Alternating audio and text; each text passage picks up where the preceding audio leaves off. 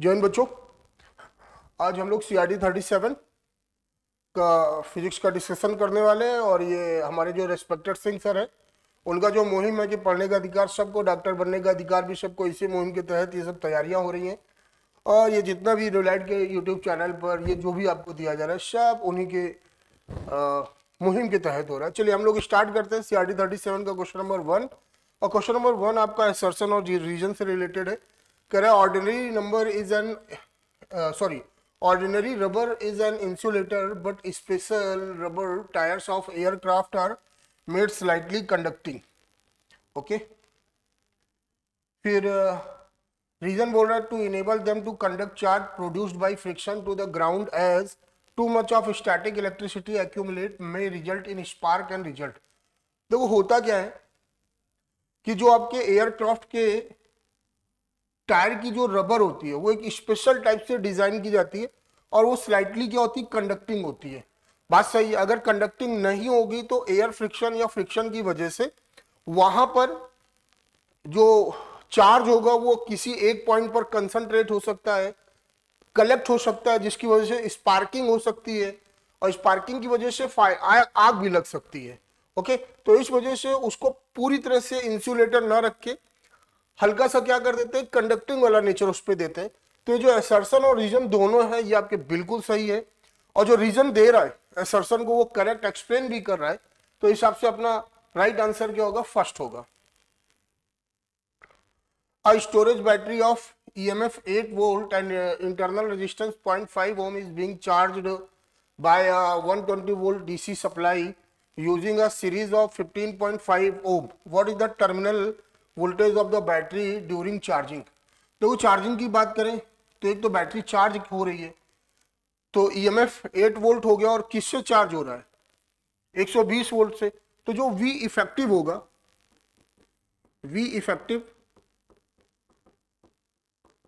120 minus 8 आपका आ गया 112 volt. Okay, ये V इफेक्टिव हो गया। हम ये देख लेते हैं कि करंट कितना फ्लो होगा। V इफेक्टिव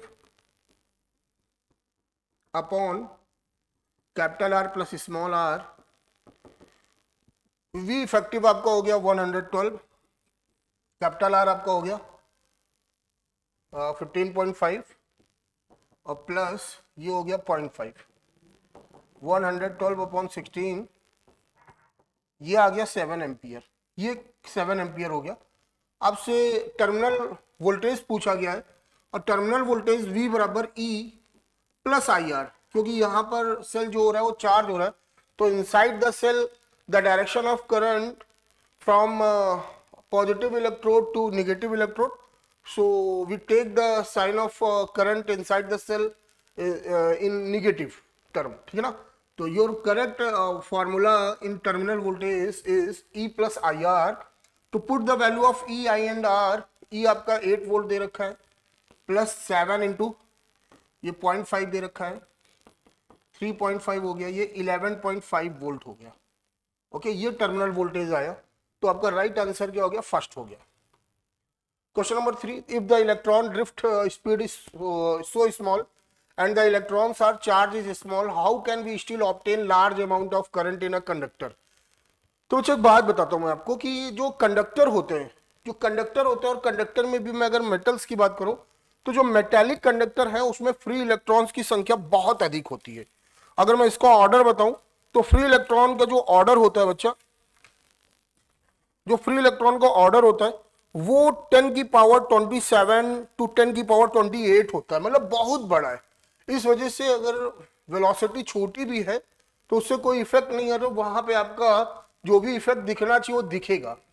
तो कह रहा है कि because electric current does not depend upon drift velocity, नहीं बिल्कुल गलत है, डिपेंड करता है। Because the electron number density is small, नहीं, because the electron number density is enormous, मतलब बहुत बड़ा है। तो ये आपका right answer is third option. Question number 4, the resistance of a platinum wire at a platinum resistance thermometer at ice point बोले तो 0 डिग्री सेल्सियस पर, और ये आपका हो गया R0। ये जो वैल्यू दे रखी है वो किसकी दे रखी है, R0 की दे रखी है, या R0 की दे रखी है। एट अ स्टीम पॉइंट, ये आपका R 100 हो गया क्योंकि स्टीम पॉइंट 100 डिग्री सेल्सियस होता है। When the thermometer inserted in hot bath platinum wire, ये हो गया किसी अननोन टेम्परेचर पे RT। Calculate the temperature of bath, तो अननोन टेम्परेचर T बराबर होता है RT minus R0 upon R 100 minus R0 into 100 degree Celsius. RT आपका 5.795 माइनस R0 आपका 5 अपॉन R 100 कितना दे रखा है 5.23 minus 5 into 100 degree Celsius. Solve करिए, 795 अपॉन 23 इंटू 10⁻² आया डिग्री सेल्सियस। अब इसको जब सॉल्व करेंगे तो 43 3 ज़ा 69, 100 4 ज़ा 92 और 92 के बाद 5 और यहाँ पे सॉल्व करने पर क्या दिख रहा है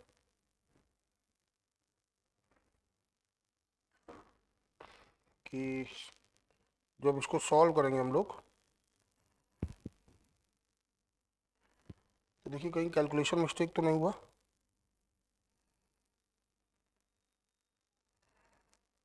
बात की जाए तो यहाँ पर सब कुछ सही दिख रहा है। ओके ओके, ये गलती हो गई कि जब हम इसमें मल्टीप्लाई करेंगे तो ये कैंसिल हो चुका होगा। ओके, फिर ये आपका क्या आएगा नीचे 23 आएगा और 23 से डिवाइड करोगे तो फिर हाँ सॉरी ये मिस्टेक हुई है यहाँ पे 0.795 इंटू 100 अपॉन 0.23 आया है ना, तो ये आएगा 79.5 सॉरी हाँ इसको इस तरह लिख लेते हैं 795 इंटू 100 अपॉन 230, ये 0 से 0 कैंसिल हो गया और जब इसको हम सॉल्व करेंगे तो 345 समथिंग आने वाला है, तो इस हिसाब से आपका राइट आंसर क्या होगा, थर्ड होगा। Question number 6, the 4 arms of a Wheatstone bridge have the following resistance and AB 100 ओम दे रखा है और आपका जो BC है वो दे रखा है आपका 10 ओम, CD दे रखा है आपका 5 ओम एंड DA आपका 60 ओम दे रखा है और गैल्वेनोमीटर का रेजिस्टेंस दे रखा है 15 ओम और क्या कह रहा है कि connected across BD cell, calculate the current through the galvanometer when a potential difference of 10 volt is maintained across the AC। Okay, तो अगर हम देखें तो यहाँ पर इससे जो करंट पास हो रहा होगा, ये जो करंट गया ये I गया, इधर से ये I1 चला गया, ये आया I1 माइनस ये I1 हो गया और जब नीचे की ओर जा रहा होगा तो फिर वहां पे आपका क्या मान लिया जाए, I2 मान लिया जाए, तो ये I1 हो गया, ये I2 हो गया। अब इधर की तरफ I माइनस I1 हो गया, इधर की तरफ I माइनस I1 हो गया और ये I2 जाता रहा और फिर इसके बाद I माइनस I1 और यहाँ पर I1, अच्छा ये हो गया, तो सॉरी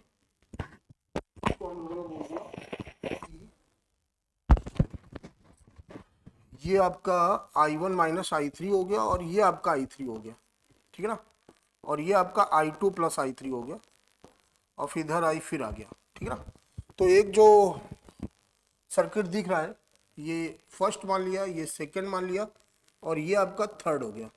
तो अगर हम लूप फर्स्ट की बात करें तो लूप फर्स्ट तो लूप फर्स्ट में क्या होना है कि अगर हम किरचॉफ सेकंड लॉ लगाएं तो किरचॉफ सेकंड लॉ के हिसाब से तो 100 I1 होगा और फिर इसका रेजिस्टेंस 15 ओम दे रखा है ये प्लस 15 I3 होगा और फिर ये क्या हो जाएगा, ये माइनस का 60 I2 हो जाएगा, माइनस का 60 I2 हो जाएगा, और ये बराबर क्या लिख देंगे हम लोग, 0 लिख देंगे, ठीक है ना।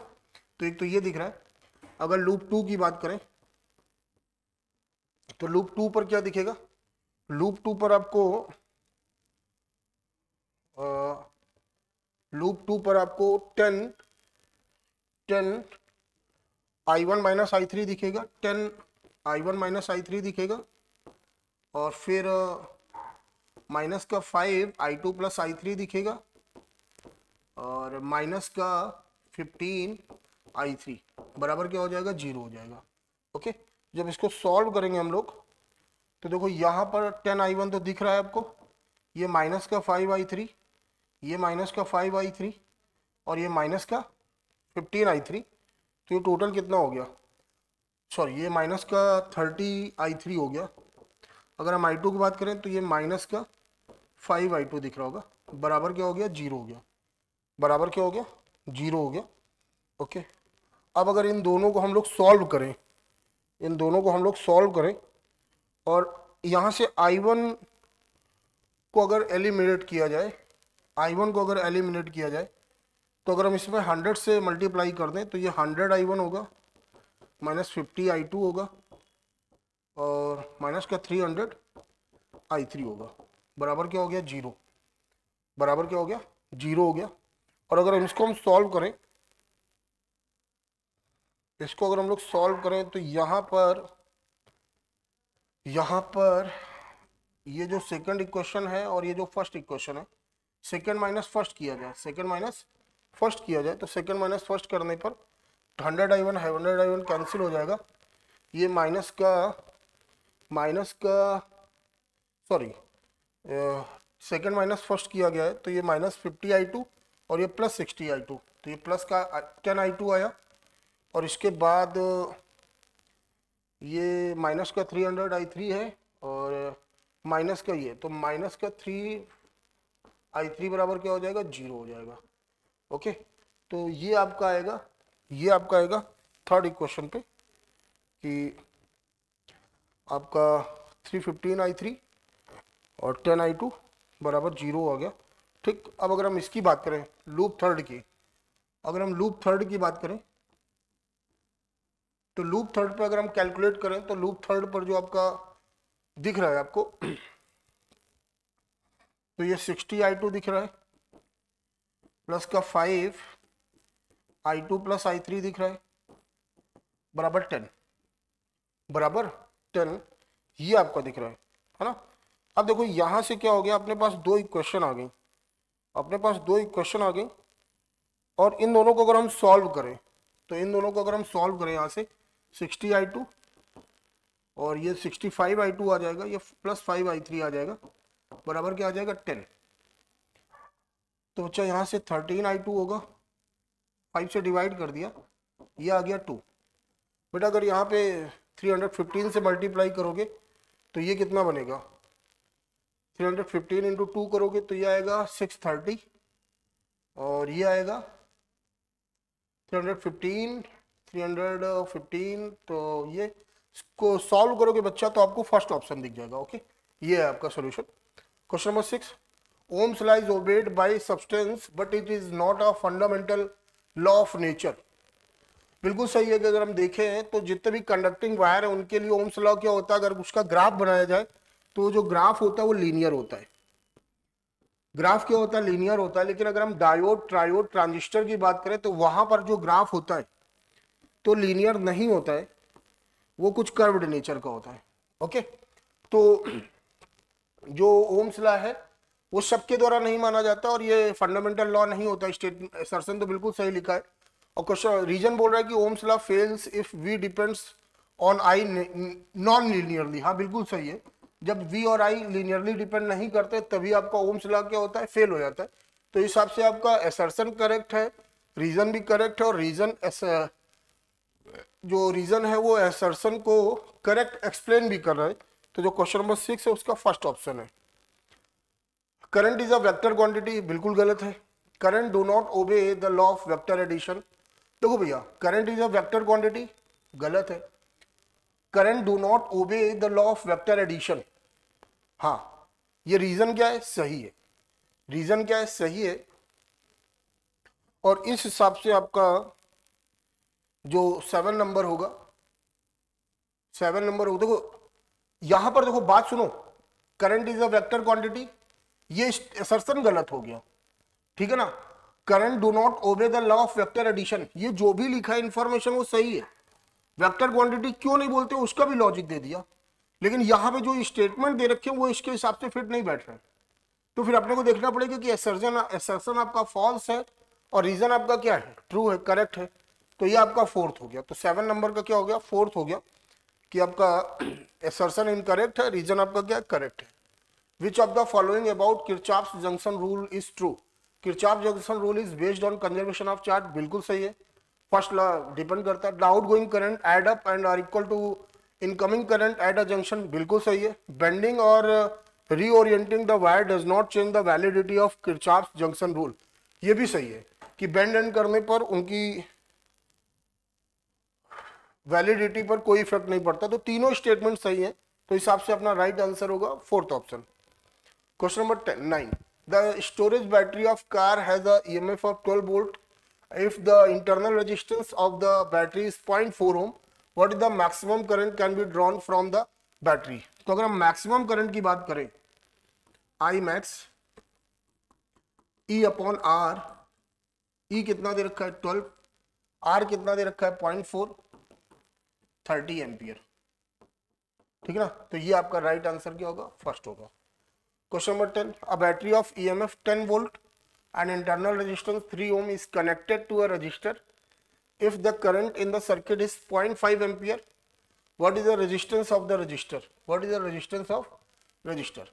Okay, I बराबर E upon capital R plus small r, I कितना दे रखा है 0.5, E कितना दे रखा है 10 एंड इंटरनल रेजिस्टेंस 3, ये हो गया। ये देखो इधर से हटेगा 2 आएगा, 5 से डिवाइड करोगे 20 आ गया।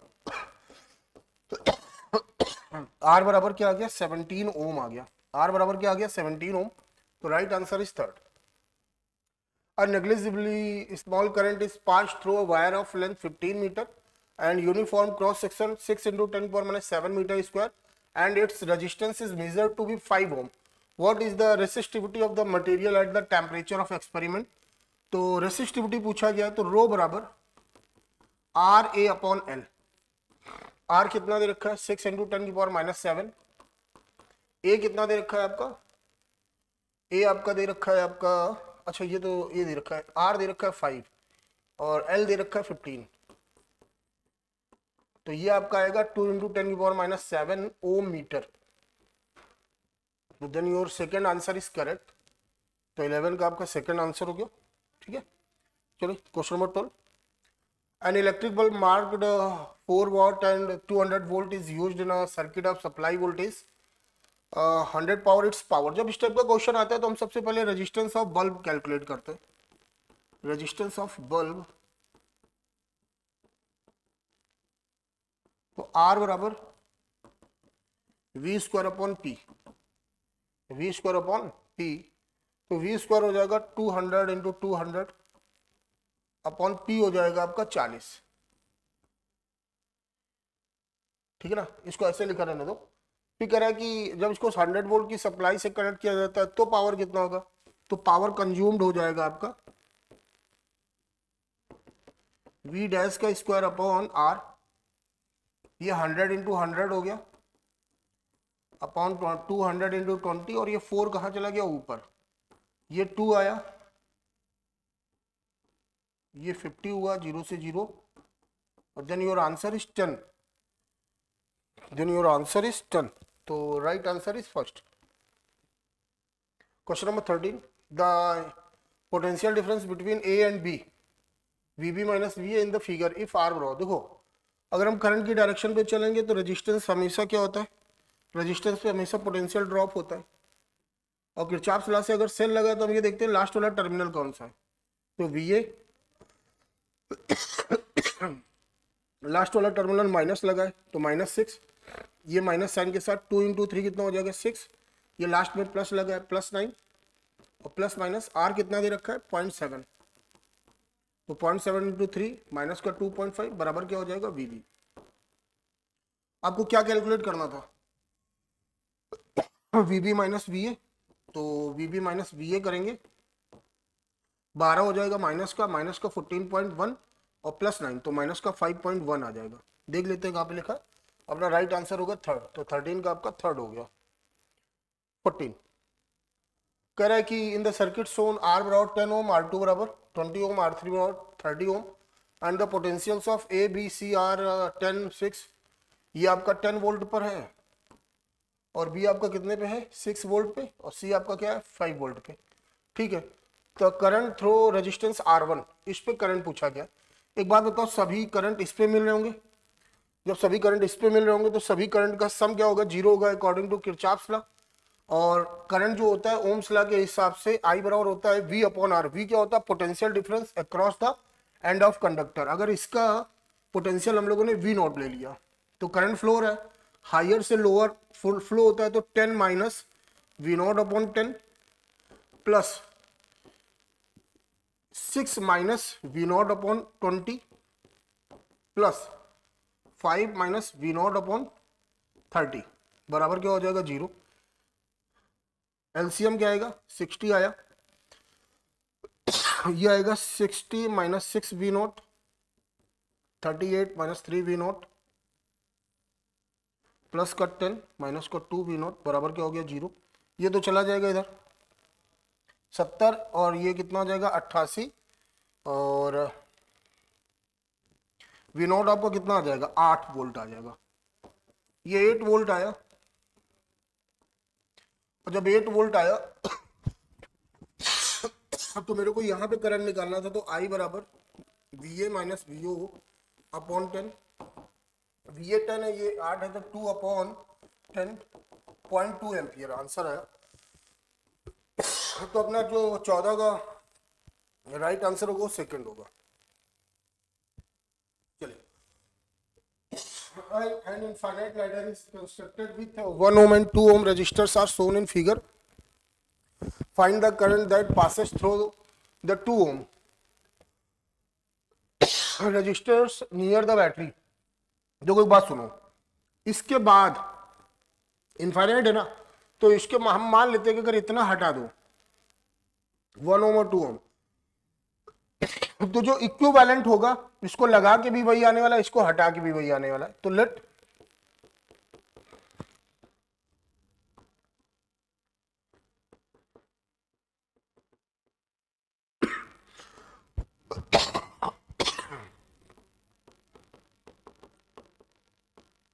Equivalent resistance is R। तो अपना सर्किट कुछ ऐसा बना,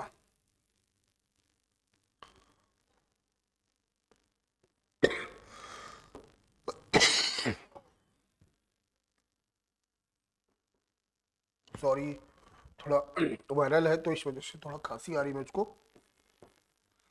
तो वो ये बताओ 2 ओम और R पैरेलल में है,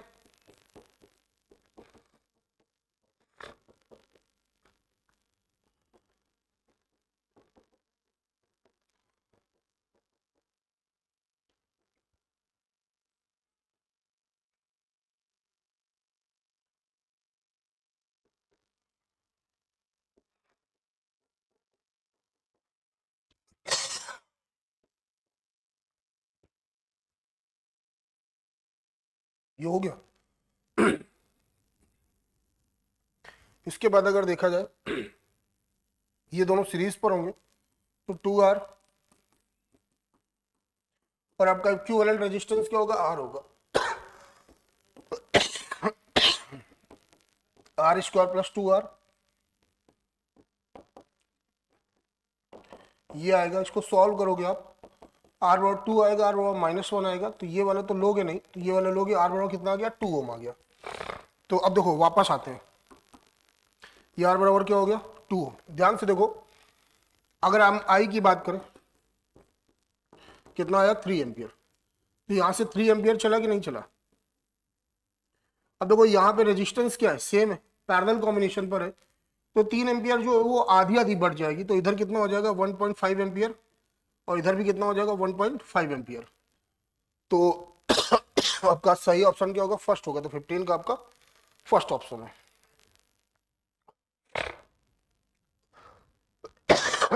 बेटा 3 बल्ब है, 60 what, 120 volt, connected across a 120 volt power source. If the resistance of each bulb does not change with the current, then find out the total power delivered to the 3 bulbs. ध्यान से देखो तो ये दोनों bulb किस में लगे? Parallel पे लगे, और इनका जो नेट आएगा वो इसके साथ क्या लगा होगा? सीरीज पे लगा है। तो P अगर निकालना है पैरेलल कॉम्बिनेशन पे तो वो हो जाएगा P1 प्लस P2। तो 60 प्लस 60 क्या हो जाएगा? 120 वॉट। अब ये 120 और ये वाला बल्ब सीरीज पे लगा है, तो 1/P टोटल सीरीज के लिए 1/P 1/P1 प्लस 1/P2 होता है आपका।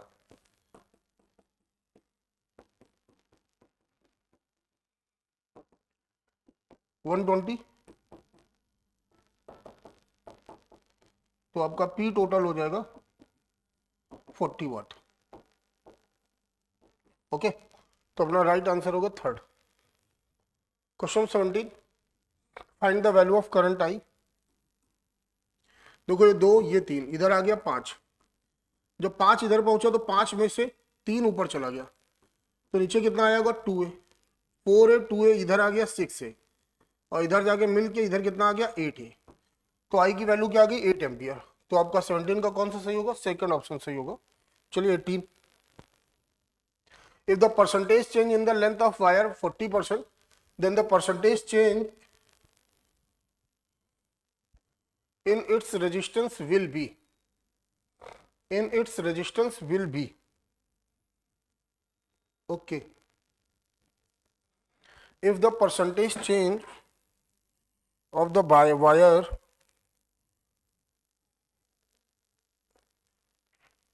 in the length of wire 40%, तो फिर आपसे पूछ रहा है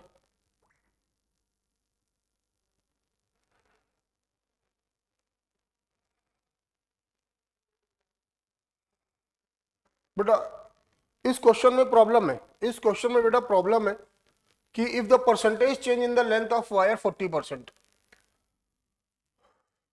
यहां पर एक वर्ड नहीं लिखा उसने कि लेंथ को क्या, वायर को क्या किया गया? स्ट्रेच किया गया। अगर वायर को स्ट्रेच करोगे, स्ट्रेचिंग का केस होगा, अगर स्ट्रेचिंग का केस होगा then R proportional to R square. याद रखिएगा, मुझे आपके आंसर से मतलब नहीं है, मैं आपको बता रहा हूं कि क्या क्या केस हो सकता है, ठीक है ना। तो विवाद से बचिएगा, आंसर क्या दे रखा है क्या नहीं है, जितने भी टाइप के सवाल बन सकते हैं वो मैं आपको बता रहा हूं। अगर स्ट्रेचिंग से लेंथ इंक्रीज किया गया होगा R proportional to L square, okay. लेकिन अगर एक वायर पहले से था आपके पास, अब आपने दूसरा एक वायर ले लिया जिसकी लेंथ 40% बढ़ा दी, अगर तो फिर इस केस पे क्या होता है? आर प्रोपोर्शनल टू एल होता है।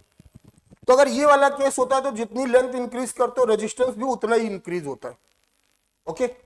लेकिन अगर ये वाला केस होता है, क्योंकि यहां पे कोई मेंशन नहीं है स्ट्रेचिंग क्या है, ओके, तो अगर ये वाला केस आएगा, स्ट्रेचिंग नहीं लिखा है तो ये वाला केस होना चाहिए, तो 40% आंसर होगा, ठीक है ना। अगर स्ट्रेचिंग वर्ड लिखा है तो मतलब ये आना है, और अगर ये आना है तो R1/R2 L1 square upon L2 square. हम अपना कैलकुलेशन इजी बनाना है, तो मान लो कि शुरुआत में लेंथ रही होगी 10 मीटर, तो ये 10 का स्क्वायर 100 हो गया। अब 40% इंक्रीज कर दिया तो 40% ऑफ 10 कितना आया? 4 आया। इंक्रीज किया तो 14 आ गया, 14 का स्क्वायर क्या हो गया? 196। देख लो कितना बढ़ गया, 96% इज योर आंसर। तो दो आंसर पॉसिबल है, लेकिन मैंने बताया अगर स्ट्रेचिंग लिखा होता है इस क्वेश्चन में देन 96 इज करेक्ट, ठीक। अब कहीं दूसरा वायर लिया गया है तो अगर उस केस पे देखें तो 40%, लेकिन हम यहाँ पे स्ट्रेचिंग वाला केस ही मान के चल रहे हैं, स्ट्रेचिंग वाला केस ही मान के चल रहे हैं। The percentage change in the length of wire, हम मैंने माना कि उसको खींच दिया गया, तो हिसाब से अपना राइट आंसर क्या हो जाएगा? 96। Question number 20, figure shows a balanced wheat stone bridge. तो भैया अगर हम बात करें कि बैलेंस व्हीट स्टोन है तो जब बैलेंस हीट स्टोन होता है आपका, तो बैलेंस हीट स्टोन पर ये जो S Q, balance heat stone पे पी अपॉन क्यू बराबर आर अपॉन एस होता है, तब तो ए और सी क्या होंगे, सेम पोटेंशियल पर होते हैं। लेकिन अगर अनबैलेंस है और S Q is greater than P R, P R, P R, तो अगर ऐसा होता है तो V C is greater than V A होता है। ये याद रखिए, ये अनबैलेंस के लिए होता है। S Q is greater than P R, तो V C is greater than V होता है। If P slightly increased the current in the galvanometer flow from C to A, अगर पी इंक्रीज करोगे तो ये वाली कंडीशन सेटिस्फाइड नहीं हो रही है, अभी इस पे बात नहीं करेंगे। Second, P slightly increase the current galvanometer, और अगर इसका उल्टा, दो केस है, अगर इसका उल्टा S Q is less than P R, S Q is less than P R, then V A is greater than V C होगा, V A is greater than V C होगा। ठीक है ना। तो कह रहा है कि इफ पी स्लाइटली इंक्रीज्ड, अगर पी को स्लाइटली इंक्रीज करोगे तो P R is greater than S Q हो जाएगा, क्योंकि पहले तो बराबर रहा होगा ना। The current in the galvanometer flow from C to A, जबकि V A is greater than V C होता है, मतलब यहां से यहां होना चाहिए, तो ये स्टेटमेंट क्या हो गया, गलत हो गया। If P slightly increase the current in the galvanometer flows from A to C, हाँ ये सही है, क्योंकि ए हायर हो गया, सी लोअर हो गया, तो इधर से इधर ही बहेगी, तो बी आपका सही हो गया। If Q is slightly increased the current in the galvanometer flow from C to A, अगर क्यू इंक्रीज करोगे तो S Q is greater than क्या हो जाएगा, पी आर हो जाएगा, ये वाली कंडीशन होगी। और then V C is greater than क्या होगा, वी होगा, तो आपका ये हायर ये लोअर, तो इधर से इधर हो जाएगा, तो ये भी आपका स्टेटमेंट सही हो गया। If Q slightly increase the current, नहीं ये गलत हो गया। तो आपके दो स्टेटमेंट सही है, बी और सी, और इस हिसाब से आपका सेकंड ऑप्शन सही है। क्वेश्चन नंबर 20, आपका वैल्यू निकालना था। तो अगर हम बात करें यहाँ पर वैल्यू निकालने में, तो यहाँ पे अगर देखा जाए वैल्यू निकालने के लिए,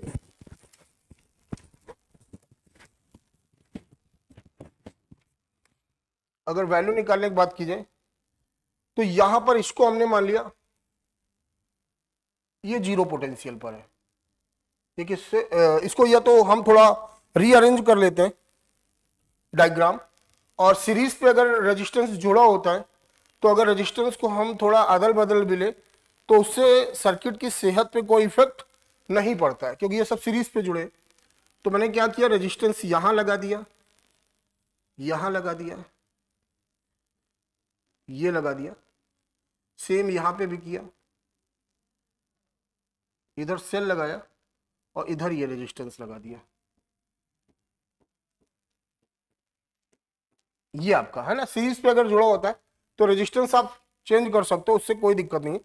अब यहां पे क्या है कि अगर इसको हमने जीरो ले लिया तो ये आपका क्या हो जाएगा, 10 हो जाएगा, क्योंकि यहां पे 10 लगा है। अगर ये जीरो ये 3 है तो ये आपका क्या हो जाएगा, माइनस का 3 हो जाएगा, माइनस का 3 हो जाएगा। और अगर करंट की डायरेक्शन हम कुछ ऐसे मानते हैं, ठीक है ना, करंट की डायरेक्शन कुछ ऐसे मानते हैं, तो आप देखेंगे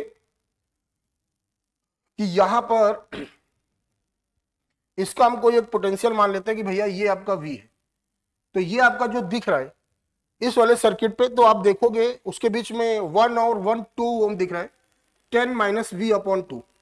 अच्छा, ये करंट इस जंक्शन पे जा रही है और ये दोनों करंट इस जंक्शन से क्या हो रही है, दूर जा रही है, तो किरचॉफ फर्स्ट लॉ से हमें बराबर जाने वाला बराबर निकलने वाला। अगर हम इधर की बात करें तो इधर आपका क्या दिखेगा, V माइनस 0 अपॉन 1 प्लस, इधर की हम बात करें तो ये V और माइनस माइनस क्या हो जाएगा, प्लस, और अपॉन टोटल रेजिस्टेंस कितना हो जाएगा, ये टोटल रेजिस्टेंस हो जाएगा 3, टोटल रेजिस्टेंस कितना हो जाएगा 3। अगर इसको सॉल्व किया जाए, इसको अगर सॉल्व किया जाए तो अपने को क्या मिलने वाला है, 5 माइनस वी बाई 2 बराबर V plus V by 3 plus 1, ये 4 आ गया, उधर जाएगा एलसीएम क्या आएगा 6 और 3 6 11V, तो v बराबर आ जाएगा 24/11, ये आ गया 24/11। जब 24/11 आया तो अगर मुझे करंट निकालना है पहले वाले पे, तो यहां पर 10 माइनस 24/11 अपॉन 2 करूंगा, तो यहां पे क्या आएगा 110 माइनस 24 और उसको अगर सॉल्व किया जाए तो क्या आएगा 110। अच्छा 2 से अलग अलग डिवाइड कर लेते हैं, तो ये 5 माइनस 12/11 आएगा, और 55 माइनस 12 कितना आ जाएगा 55 माइनस 12 आ जाएगा 43/11 आ जाएगा, ये आ रहा है 43/11। तो अगर इसको आप देखो, इसको अगर आप सॉल्व करोगे तो 43/11 दिख रहा है, ठीक ना। तो आई तो आपको मिल गया, आई तो आपको मिल गया। अगर मुझे दूसरा निकालना है तो यहां पे वैल्यू पुट करो v की जगह 24/11 प्लस 3/3, जिस पे भी निकालना हो। तो इसको सॉल्व करोगे तो 3 से डिवाइड कर दो, 8/11 प्लस 1, तो ये 19/11 हो जाएगा, ठीक है ना। तो right answer is second. Okay, हाँ। Question number 21, choose the correct statement regarding the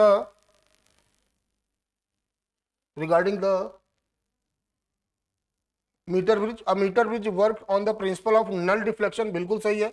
the metre bridge usually consist of a wire of length 1 metre and of uniform cross sectional area, हाँ बिल्कुल सही है ये भी स्टेटमेंट।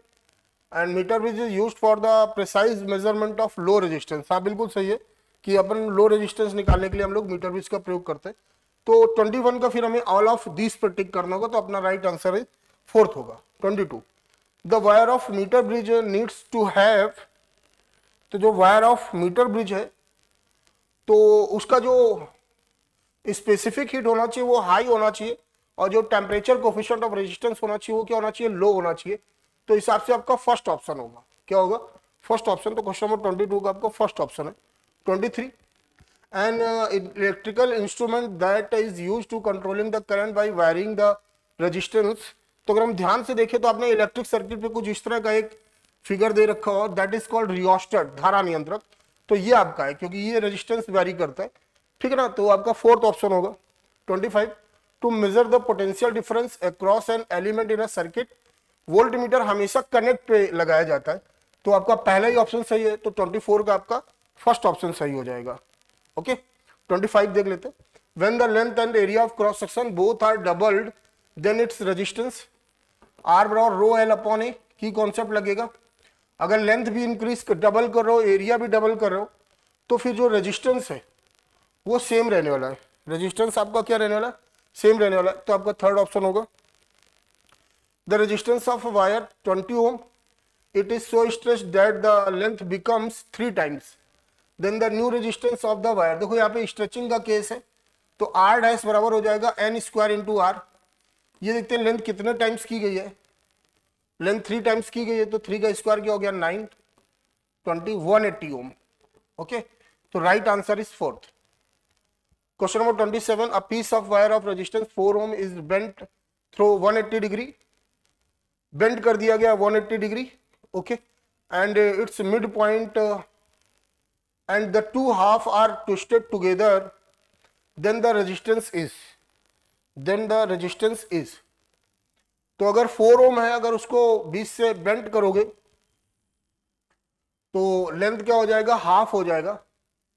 लेंथ क्या हो जाएगा, हाफ हो जाएगा। अच्छा, जब उसको 20 से ट्विस्ट कर दोगे और फिर उसको इस तरह का कुछ एक अप्रूवल बना होगा वहां पे, तो अगर 20 से ट्विस्ट किया है, आर प्रोपोर्शनल टू एल होता है, तो ये 2 ओम और ये 2 ओम और ये दोनों पैरेलल पे हो गए, तो ये कितना बना देंगे 1/2 प्लस 1/2, तो 1 ओम हो जाएगा। तो 27 का आपका कौन सा ऑप्शन सही होगा, सेकंड ऑप्शन सही होगा।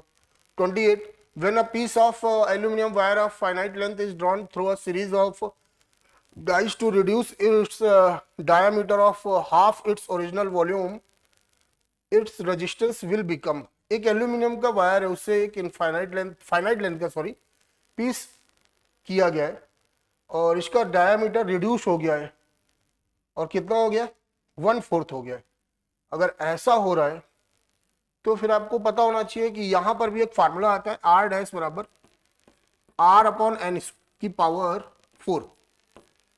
जब आपका रेडियस या डायमीटर से रिलेटेड हो, अगर एरिया होता तो एन स्क्वायर कर देता।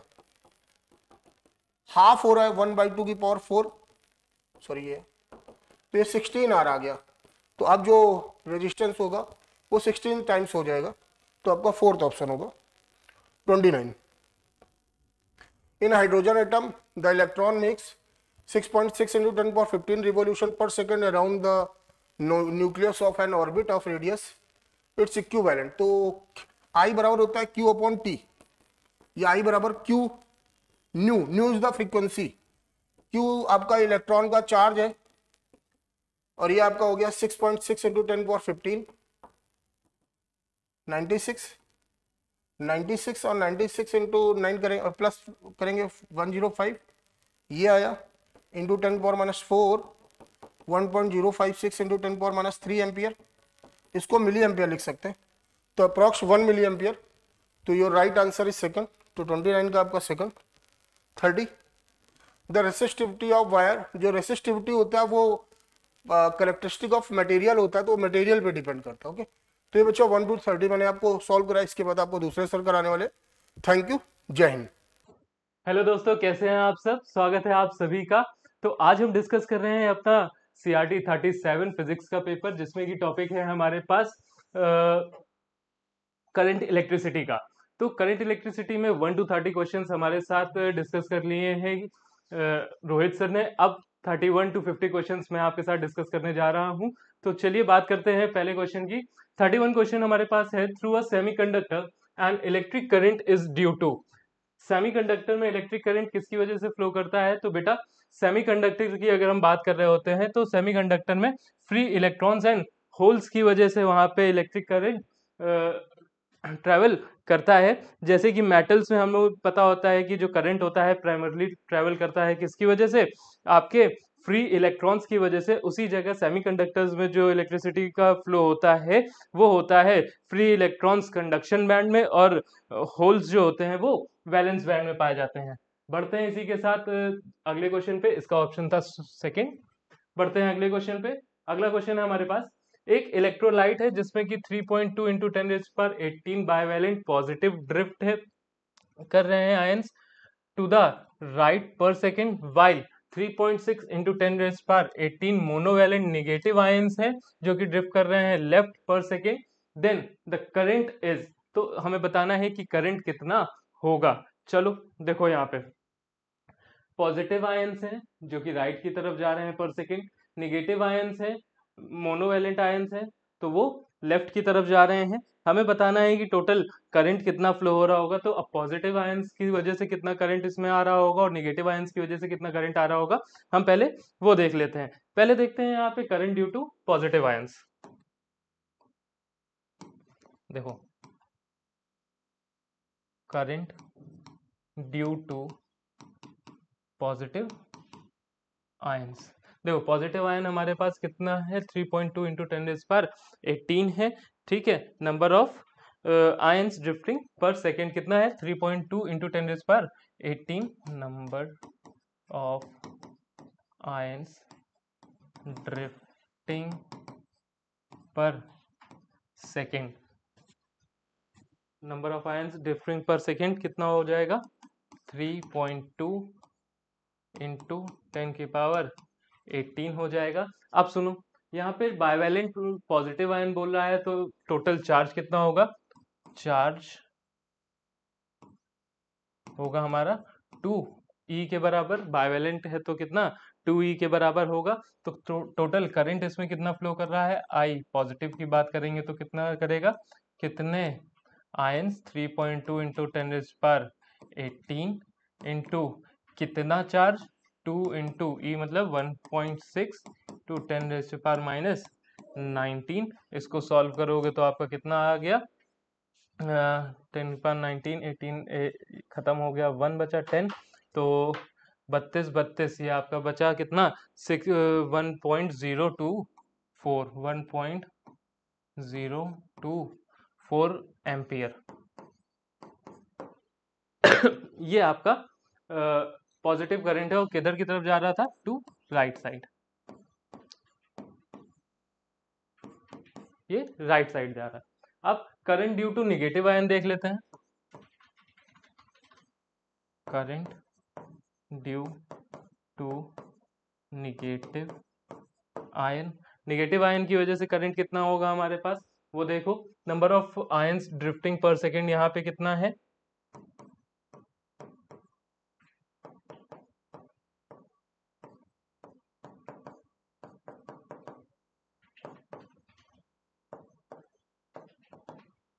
Three 3.6 into 10⁻18। यहाँ पे चार्ज कितना है, मोनोवेलेंट है, तो ई के बराबर होगा, चार्ज कितना है ई के बराबर, तो आई निगेटिव हमारे पास कितना हो जाएगा, 3.6 into 10⁻18 into 1 into 1.6 into 10⁻⁻19।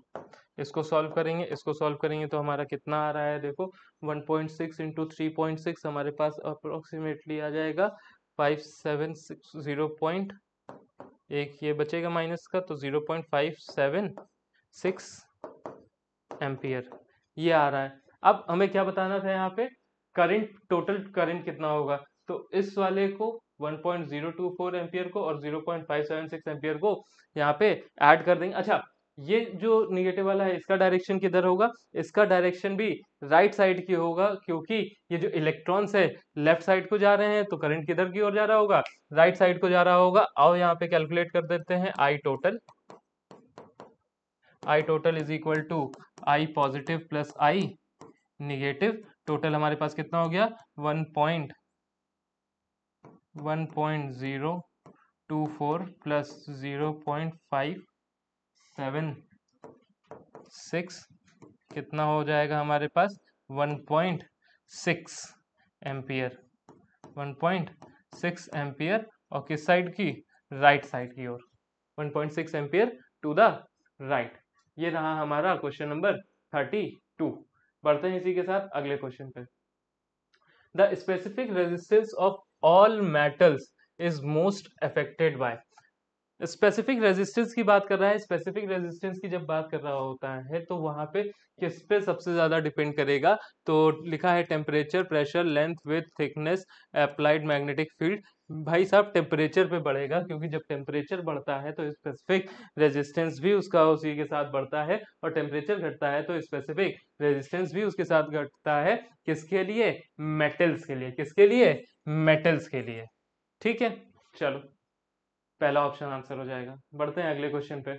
The positive temperature coefficient of resistance is for, positive temperature coefficient का मतलब क्या हो गया कि जब टेम्परेचर बढ़े तो उसका रेजिस्टेंस भी बढ़े।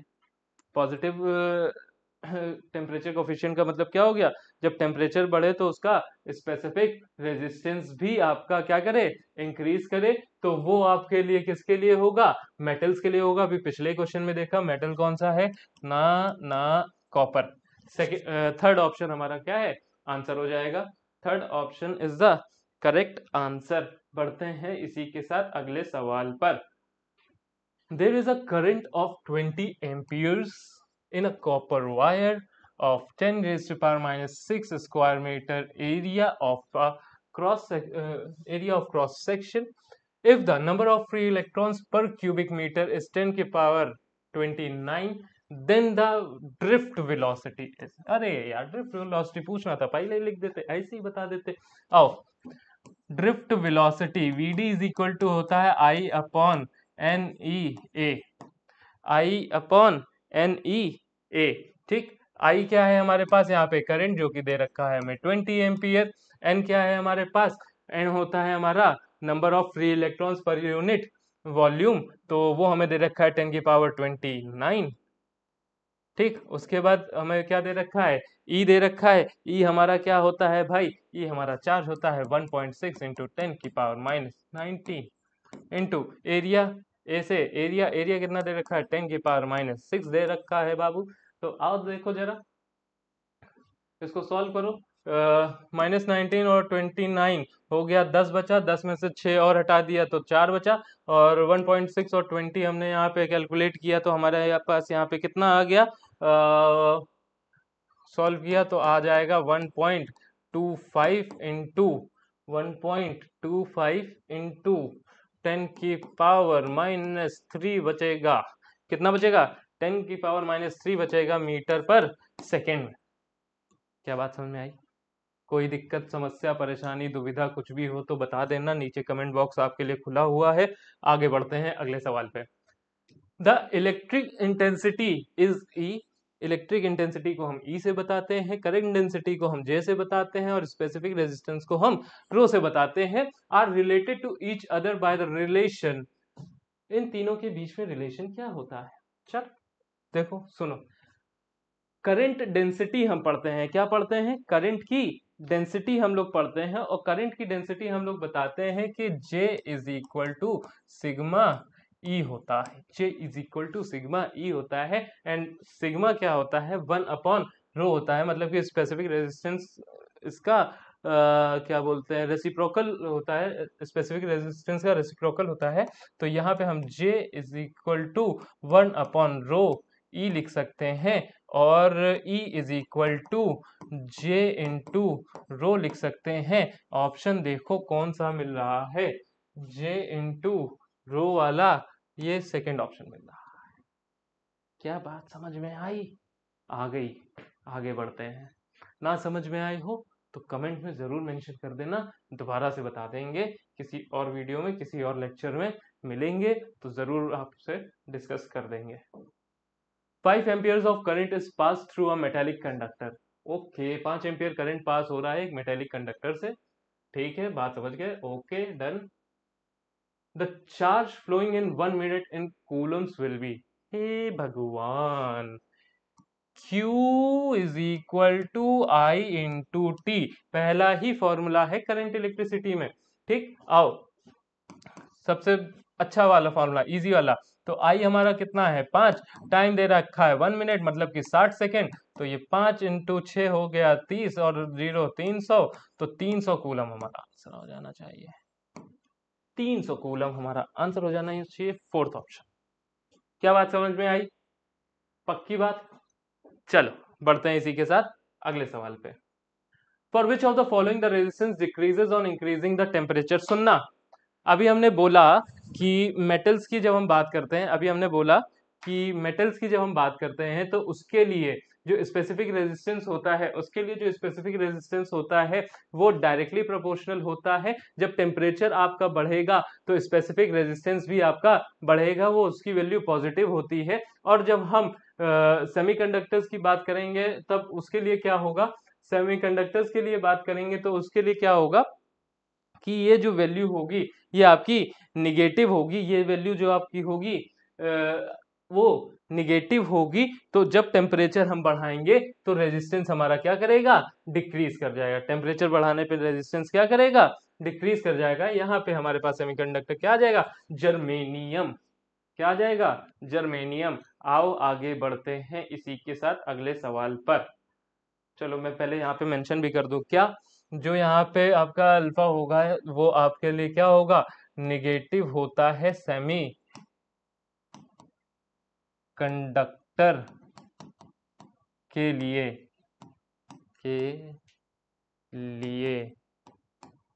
ठीक, निगेटिव होता है सेमीकंडक्टर के लिए। अच्छा, निगेटिव होता है तो क्या होगा? जब आप टेम्परेचर को बढ़ाओगे तो क्या करोगे? तो क्या होगा? रेजिस्टेंस आपका जो होगा, रेजिस्टेंस जो आपका होगा वो डिक्रीज करेगा। रेजिस्टेंस जो आपका होगा वो क्या करेगा? डिक्रीज करेगा। बढ़ते हैं इसी के साथ अगले सवाल पे। अगला सवाल है हमारे पास 39, the relaxation time in conductors. क्या लिखा है? Increases with increase of temperature, decreases with increase of temperature, it does not depend on temperature, all of sudden changes at 400 kelvin.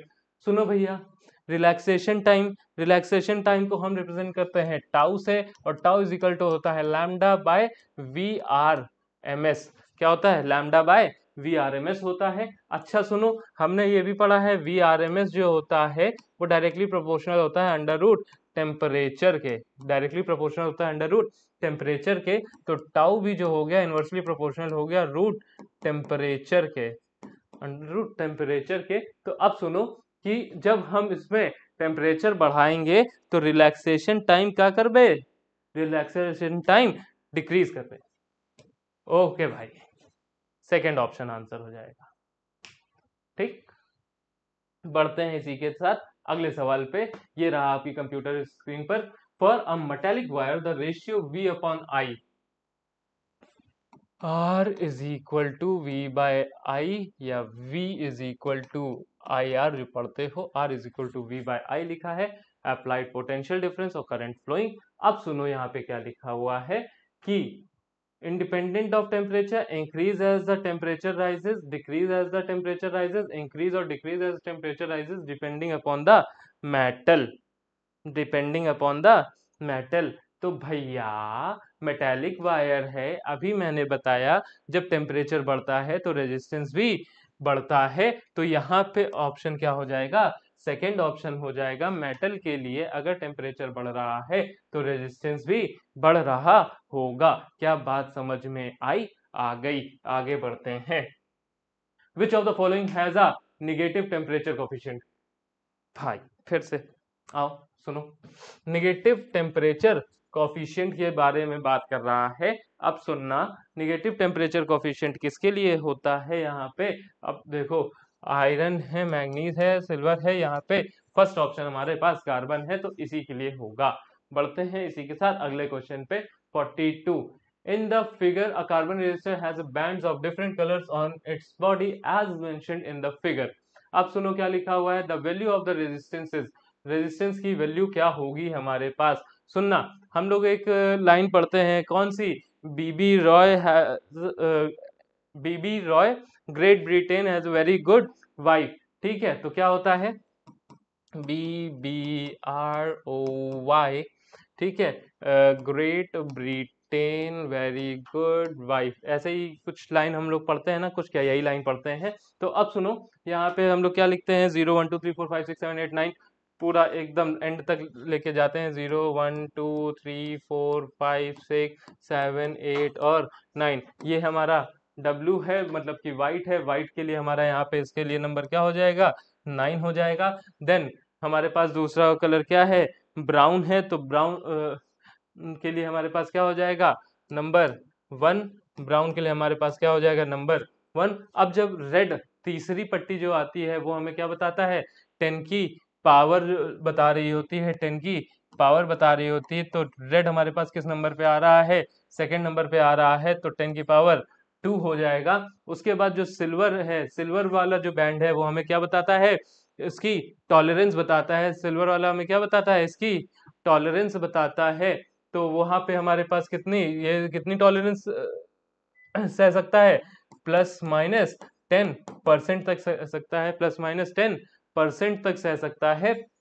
तो अब यहाँ पे देखो ये कितना हो जाएगा, 9100 ओम, 9100 ओम, और +-10% तक। तो इसको कैलकुलेट करेंगे तो हमारे पास कितना आ जाएगा, 9.1 किलो ओम लिख सकते हैं, 9.1 किलो ओम लिख सकते हैं। ऑप्शन फोर्थ हमारा आंसर हो गया।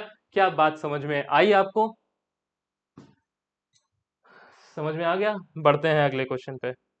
अगला क्वेश्चन है हमारे पास, a uniform wire of resistance R is uniformly compressed along its length until its radius becomes n times the original radius। मतलब कि R dash is equal to NR हो गया है, R dash is equal to NR हो गया है। Now resistance of the wire becomes, अब resistance of wire, wire का रेजिस्टेंस क्या हो गया होगा। तो सुनना, यहाँ पे हम लोग R डायरेक्टली प्रोपोर्शनल होता है L square upon A square के, L square upon A square, length upon area के स्क्वायर के।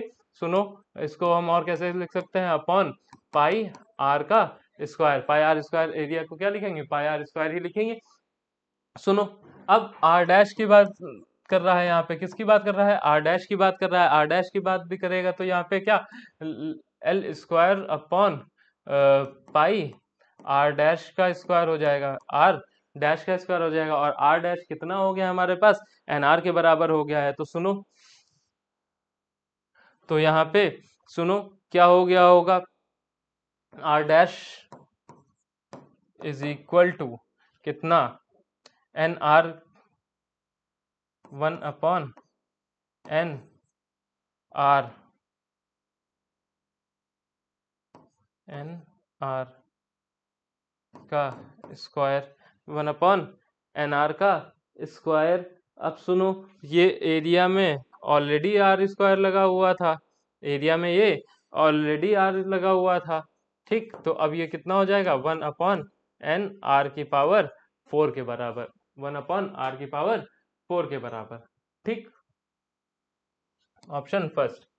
भाई देखो कंफ्यूज ना होना, यहाँ पे आर डैश जो लिखा है इसको हम पाई एन आर स्क्वायर, ठीक, इनटू स्क्वायर, यही तो लिखोगे। आर डैश का स्क्वायर था यहाँ पे, इसी का स्क्वायर, तो आर की पावर 4 हो जाएगा, तो ऑप्शन फर्स्ट हमारा आंसर हो जाएगा। ऐसी छोटी छोटी चीजों में गलतियां हो जाती है ना पेपर में, बात ये है। नीचे ऑप्शन एन स्क्वायर वाला भी दिया था, वो भी लगाया जा सकता था। तो 1/n r की पावर 4 मतलब कि फर्स्ट ऑप्शन हमारे यहाँ पे आंसर हो जाएगा। बढ़ते हैं आगे अगले क्वेश्चन पे। The electric resistance of a certain wire of iron is capital R if its length and radius R both double. Length और रेडियस दोनों को डबल कर दिया गया है, मतलब कि L dash is equal to 2l हो गया है, और रेडियस है ना r इज इक्वल टू हमारे पास 2r हो गया है। r डैश हमारे पास कितना हो गया है, 2r हो गया है। तो हमसे पूछ रहा है the resistance will be doubled and the specific resistance will be halved. The resistance will be halved and the specific resistance will remain unchanged. The resistance will be halved and specific resistance will be doubled. The resistance and specific resistance will both remain unchanged. अब सुनो बाबू सुनो, जो resistance होता है directly proportional होता है L square upon A square के। तो यहाँ पे देखो एल स्क्वायर कितना हो जाएगा आपका, एल यहाँ से अगर हम देखेंगे तो छोड़ो ये वाला रिलेशन छोड़ो, यहाँ आर, यहाँ स्पेसिफिक रेजिस्टेंस की भी बात कर रहे हैं ना, तो आर इज इक्वल टू हम यहाँ पे रो एल बाय ए लिख लेते हैं, रो एल बाय ए वाला फॉर्मूला लिख लेते हैं, और R dash is equal to हम यहाँ पे लिख लेते हैं rho L dash upon A dash. अब सुनना, स्पेसिफिक रेजिस्टेंस जो हमारा है वो सेम रहने वाला है, स्पेसिफिक रेजिस्टेंस हमारा जो है वो क्या रहने वाला है, सेम रहने वाला है। क्यों? क्योंकि लेंथ और रेडियस पे डिपेंड नहीं करता है, वो मटेरियल पे डिपेंड करता है। वो किस पे डिपेंड करता है, मटेरियल पे डिपेंड करता है। मटेरियल तो यहाँ चेंज कर नहीं रहे हैं, यहाँ पे तो हम उसका लेंथ और रेडियस को डबल कर रहे हैं, है ना, तो उस पर तो डिपेंड करेगा नहीं। तो अब देखो कितना हो गया है, रो एल डैश कितना था 2l हो गया था, और आर ए कितना हो गया था 2r हो गया था। तो यहाँ पे ये कितना हो जाएगा 4a के बराबर हो जाएगा। अब ये 4a कैसे हो गया ये भी जानना होगा, तो और बता दें, देखो सुनो, ये होता है पाई आर स्क्वायर, कितना होता है area A dash is equal to pi R dash का स्क्वायर। अच्छा सुनो, आर डैश हमारे पास कितना है 2r के बराबर है, तो सुनो पाई इंटू 2r का whole square is equal to 4 pi R square. तो अगर ये 4 पाई आर स्क्वायर हो गया तो इज इक्वल टू 4a के बराबर नहीं हो गया, 4a के बराबर हो जाएगा, तो यहाँ पे 4a हो गया, तो ये 1 और ये 2, तो ये रेजिस्टेंस जो है हमारा हाफ हो गया, रेजिस्टेंस जो है हमारा क्या हो गया, हाफ हो गया। Resistance is half, resistance is halved and specific resistance will remain changed or will not change। Second option हमारा यहाँ पे आंसर हो जाएगा। क्या बात समझ में आ गई, क्या बालक बात समझ में आई? हाँ भाई बात समझ में आ गई, इजी था। आओ, ओ माय गॉड बहुत अच्छा क्वेश्चन। देखो क्या लिखा हुआ है, n रोज है, ईच कंटेनिंग m सेल्स है, सीरीज में जुड़े हुए हैं, फिर उसको cells in series are joined in parallel, parallel में जोड़ दिए गए हैं। Maximum current is taken from this combination across the external resistance of 3 ohm. External resistance भी हमारे पास 3 ओम का लगा हुआ है। If the total number of cells are used in 24, total number of cells भी उसने हमें दे दिया कि 24 है, मतलब m इंटू n की वैल्यू हमें 24 दे रखी है उसने। एंड इंटरनल रेजिस्टेंस हमें स्मॉल r की वैल्यू भी दे रखी है, कितनी 0.5 ओम दे रखी है। लियो सब तो दे ही दिया है, कैपिटल R उसने हमें दे रखा है कितना 3 ओम। लियो भाई लियो, सब कुछ तो उसने हमें क्वेश्चन में दे ही दिया है। क्या दे रखा है? टोटल सेल्स दे रखी है, मतलब m इंटू एन दे रखा है कितना? 24। स्मॉल आर मतलब क्या दे रखा है हमें? इंटरनल रेजिस्टेंस 0.5 ओम, और कैपिटल आर मतलब कि एक्सटर्नल रेजिस्टेंस हमें दे रखा है 3 ओम। तो सेल्स इन सीरीज पर रो कितने हैं हमारे पास? m, और नंबर ऑफ रोज हमारे पास कितनी है? n। तो टोटल नंबर ऑफ सेल्स हमारे पास कितनी हो गई? 24। और टोटल नंबर ऑफ सेल्स के बाद हमारे पास यहाँ टोटल रेजिस्टेंस कितना हो जाएगा? तो टोटल रेजिस्टेंस देखो,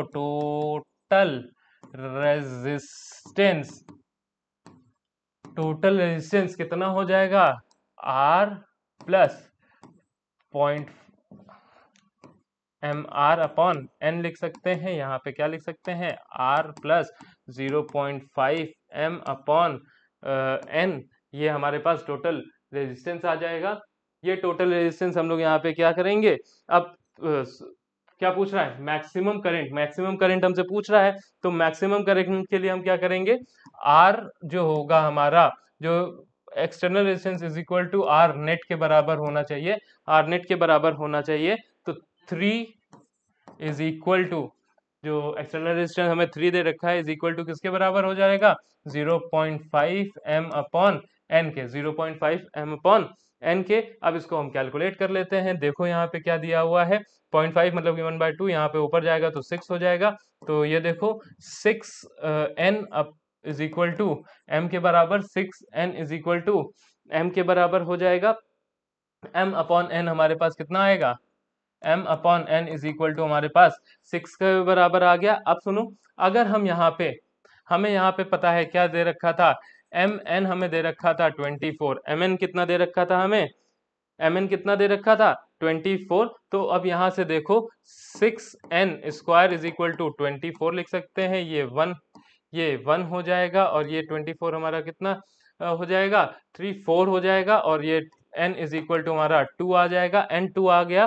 तो अब सुनो, m कितना हो जाएगा? 6 टाइम्स ऑफ n है, तो 6 इंटू 2 इज इक्वल टू 12 आ जाएगा। तो n 2 हो गया और m हमारे पास 12 हो गया। n 2 और m 12, ये आपका थर्ड ऑप्शन आंसर हो जाएगा। आपका थर्ड ऑप्शन आंसर हो जाएगा। बढ़ते हैं इसी के साथ अगले सवाल पे। अ wire of resistance capital R is divided in 10 equal parts. एक वायर है जिसका कि रेजिस्टेंस कैपिटल R है, जिसको कि डिवाइड कर दिया गया है 10 इक्वल पार्ट्स में। These parts are connected in parallel. The equivalent resistance of such connection will be. अब सुनो, अगर एक वायर था जिसको कि 10 इक्वल पार्ट्स में डिवाइड कर दिया गया, तो एक पार्ट का रेजिस्टेंस हमारे पास कितना हो गया होगा? R/10 हो गया होगा। अब उसको हमने किस में जोड़ दिया गया है? पैरेलल में। तो R इक्विवेलेंट हमारे पास कितना हो जाएगा? R इक्विवेलेंट कितने हो जाएगा? R/N के बराबर। Resistance of one part is equal to कितना हो जाएगा? R/10। तो यहाँ पे कितना? R/N, तो R1 upon 10 into 10 is equal to हमारे पास कितना आ जाएगा? 0.01 R के बराबर। 0.01 R के बराबर मतलब कि फर्स्ट ऑप्शन। 0.01 R के बराबर मतलब कि फर्स्ट ऑप्शन आंसर हो जाएगा। बढ़ते हैं अगले क्वेश्चन पे। देयर आर 8 इक्वल रेजिस्टेंस जिनकी वैल्यू R है। 2 are connected in parallel, such 4 groups are connected in series. A total resistance of the system will be. सुनो क्वेश्चन क्या कह रहा है। क्वेश्चन ये कह रहा है, एक रेजिस्टेंस, ठीक, दूसरा रेजिस्टेंस R और R, ये दोनों इस तरीके से जुड़े हैं, ठीक। अब सुनो, इसी तरीके से 4 ग्रुप बना दिए गए। इसी तरीके से 4 ग्रुप ऐसे बना दिए गए, ठीक।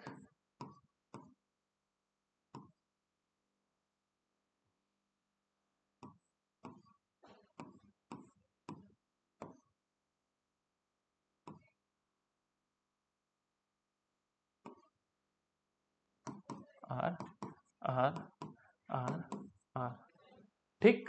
इस तरीके से हमें दे रखा है। अब सुनो, टोटल रेजिस्टेंस उसने हमसे सिस्टम में पूछ लिया है। टोटल रेजिस्टेंस हम उसको बता देंगे, जो पूछा है भैया वही बता देंगे। सुनो, अब जब ये इस तरीके से है, तो R डैश जो हमारा टोटल रेजिस्टेंस होगा R/N के बराबर होगा। R/N, sorry, sorry sorry sorry sorry sorry sorry, R by N के बराबर नहीं, आर इक्विवेलेंट हमसे उसने पूछा है, आर इक्वी आर इक्विवेलेंट उसने हमसे पूछा है, तो ठीक है बता देते हैं इक्विवेलेंट।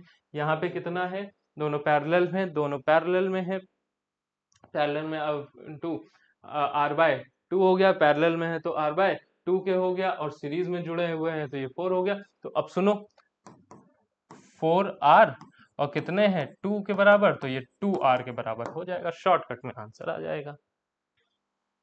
4 ग्रुप्स और सब में दो दो रेजिस्टेंस पैरेलल में, तो 4r by number of resistance कितने हैं 2, हमारा 2r के बराबर आंसर। ठीक, बढ़ते हैं अगले सवाल पे। क्या बोल रहा है, 3 रेजिस्टेंस है जिनका कि 1 ohm each are connected in parallel. ठीक, such connection is again connected with 2 by 3 ohm resistor in series। ठीक, the resultant resistance will be, अब सुनो, 3 रेजिस्टेंस, 1 2 और 3, ये 3 रेजिस्टेंस इस तरीके से लगे हैं, ये 2 बाय, ये 1 ओम का है, ये भी 1 ओम का है, ये भी 1 ओम का है, और ये 2 बाय 3 ओम का है, ये बी ए ऐसे मान लो, ये फिगर ये कहना चाह रहा है।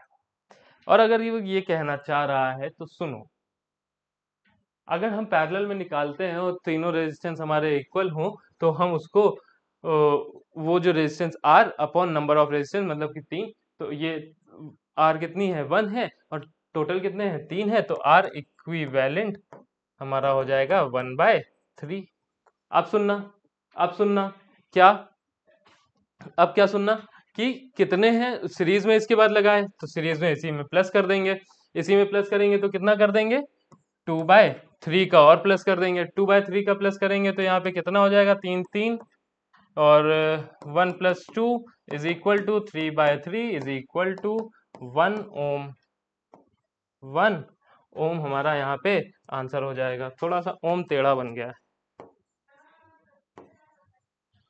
ओम यहाँ पे थोड़ा सा टेढ़ा बन गया था, सही कर दिया। तो ये था हमारा 48th क्वेश्चन। बचे हैं अब हमारे पास अगले दो क्वेश्चन। अगला दो क्वेश्चन देखो, 49th क्वेश्चन क्या कह रहा है, 4 वायर्स हैं, इक्वल लेंथ के हैं, एंड रेजिस्टेंस उसका 10 ओम है, सब हर एक का, कनेक्ट किए गए हैं in a form of a square, square के फॉर्म में। इक्विवेलेंट रेजिस्टेंस बताना है between the two opposite corners of the squares. 1 2 3 4, ठीक, एक कॉर्नर ये, एक कॉर्नर ये ए और ये बी, यहाँ पे 10 ओम लगा हुआ है, यहाँ पे भी 10 ओम लगा हुआ है, यहाँ पे भी 10 ओम लगा हुआ है, और यहाँ पे भी 10 ओम लगा हुआ है। ठीक, सुनो, ये ए है और ये बी है, यहाँ पे ये दोनों देखो आपस में सीरीज में है, ये दोनों आपस में सीरीज में है, और आपस में ये दोनों कैसे हैं, पैरेलल में। दिख रहा है, दिख रहा है, ये सीरीज में, ये सीरीज में, और आपस में दोनों पैरेलल में हो गए। तो अब सुनो, अभी हमने यहाँ पे कैलकुलेट किया था पैरेलल के लिए, क्या करते हैं, दोनों का कितना कितना है 20 और 20, 20/2 इज इक्वल टू हमारे पास कितना आ जाएगा आर इक्विवेलेंट, ये भी 20 आया, सीरीज में था 10 और 10 20 हो गया, 10 और 10 20 हो गया, यहाँ पे लिख लो 20, यहाँ पे लिख लो 20। अब 20 और 20 दो हैं, ऊपर नीचे पैरेलल में कनेक्ट है, तो 20/2 हो जाएगा, मतलब कि 10 ओम हो जाएगा। ज्यादा इन क्वेश्चन में समय देना ही नहीं है, इसको इसी में इसी तरीके से सॉल्व करो और चट से आंसर निकालो, आगे बढ़ो। ये नंबर देने वाले क्वेश्चन आते हैं, कितना नंबर देने वाले क्वेश्चन होते हैं, आता है नंबर देता है आपको, 4 नंबर प्लस करवाता है और चला जाता है, और हल्की सी भी गलती हुई तो ये -1 भी दे देता है। तो -1 से बचें, +4 को गेन करें और आगे बढ़े। 3 रेजिस्टर्स हैं, तीनों 2 ओम के हैं, कनेक्ट हुए together in a triangular shape. ठीक भाई, resistance between any 2 vertices will be, okay okay. तो सुनो, एक ये ट्राइंगल है, यहाँ पे एक रेजिस्टर लगा, यहाँ एक रेजिस्टर लगा, यहाँ एक रेजिस्टर लगा, और उसके बाद वो बोल रहा है कि किन्हीं दो ये भी 2 ओम है, ये भी 2 ओम है, ये भी 2 ओम है। ठीक, अब वो हमसे कह रहा है कि दोनों किन्हीं 2 वर्टिसेस, मतलब एक इस पे और एक इस पे, ये ए मान लेते हैं, ये बी मान लेते हैं, इन दोनों वर्टिसेस के बीच में जो हमारा इक्विवेलेंट रेजिस्टेंस होगा वो बताना है। तो सुनो, ये दोनों तो आपके सीरीज में आ गए, हो गया 4, ये बचा आपका कितना, पैरेलल में आ गया तो ये है 2। अब सुनो, ये 4 और ये 2, अब यहाँ पे हम वाला फॉर्मूला नहीं लगाएंगे जो अभी तक लगा रहे थे कि जो रेजिस्टेंस की वैल्यू है अपॉन नंबर ऑफ रेजिस्टेंस। क्यों? वहां पे इक्वल नंबर ऑफ रेजिस्टेंस हुआ करते हैं, इक्वल नंबर ऑफ रेजिस्टेंस होंगे, मतलब इक्वल वैल्यू के रेजिस्टेंस होंगे। मतलब 4 है तो ये भी 4 होता तो हम यहाँ पे कर सकते थे 4/2। यहाँ पे 4 है और यहाँ पे 2 है, यहाँ पे इस तरीके से नहीं करेंगे, यहाँ पे हम पूरा बकायदा लिख के सॉल्व कर सकते हैं या शॉर्ट इसमें भी लगा सकते हैं। और सुनो, 1/r equivalent is equal to हो जाएगा 1/2 + 1/4। इसको सॉल्व करेंगे तो हमारे पास कितना आ जाएगा, इसको सॉल्व करेंगे तो हमारे पास कितना आ जाएगा, देखो 4 × 2 और 4 + 2 इज इक्वल टू हमारे पास 6/8 इज इक्वल टू हमारे पास 8/6 हो जाएगा। R equivalent is equal to 4/3। ये हमारा ओम आंसर आ जाएगा, फर्स्ट ऑप्शन हमारा आंसर हो जाएगा। तो दोस्तों ये थे हमारे CRT 37 के 50 क्वेश्चन। इसी के साथ 12th के NCERT की फर्स्ट यूनिट जो इलेक्ट्रो की है, वो करंट इलेक्ट्रिसिटी तक जो हम लोग पढ़ते हैं वो होती है कंप्लीट। अब हमारी मैग्नेटिक्स की यूनिट शुरू होगी, जिसका कि पेपर हमारा नेक्स्ट पेपर होने वाला है। CRT 37 था तो CRT 40 हमारा होगा मैग्नेटिक इफेक्ट ऑफ करंट वाला, मैग्नेटिज्म एंड मैटर, दोनों टॉपिक्स उसमें रहने वाले हैं। तो मिलते हैं इसी के साथ अगले वीडियो में। जय हिंद।